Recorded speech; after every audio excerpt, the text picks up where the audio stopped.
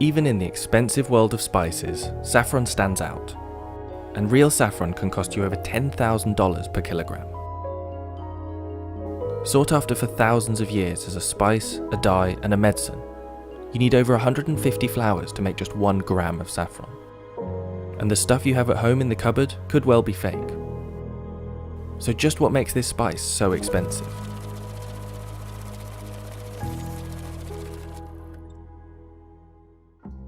Saffron is the red stigma of the Crocus sativus. Each crocus has 3 small stigmas that have to be picked carefully by hand.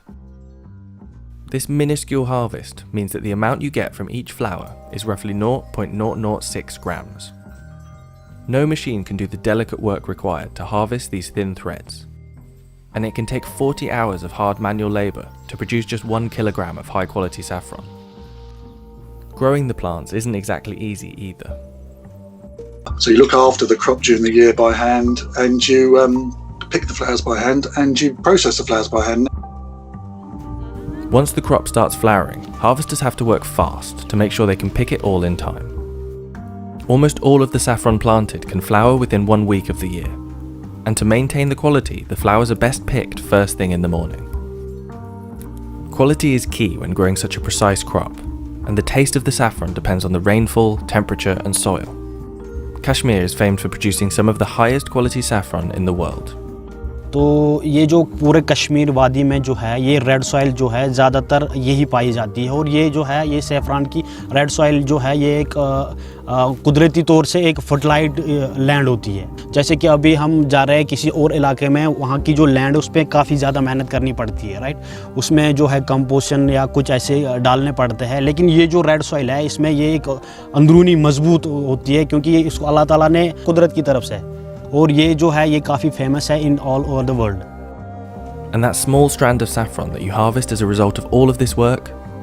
Well, to get the highest grades, you might need to throw half of it away. The most expensive, highest grade saffron is generally made up of just the very tips of the stigma.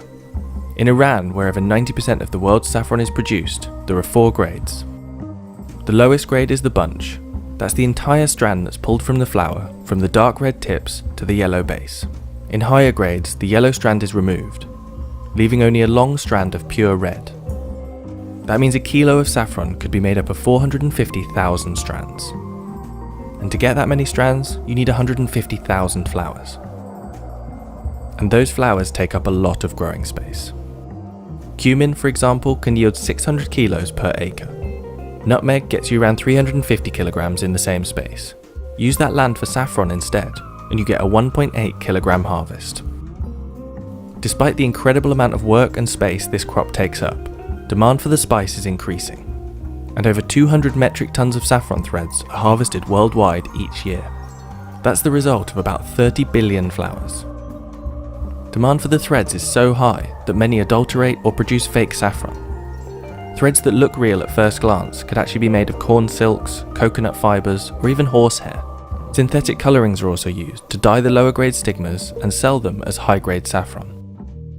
In late 2019, a fake saffron crime ring was uncovered in the UK, which led to a 2-year international investigation.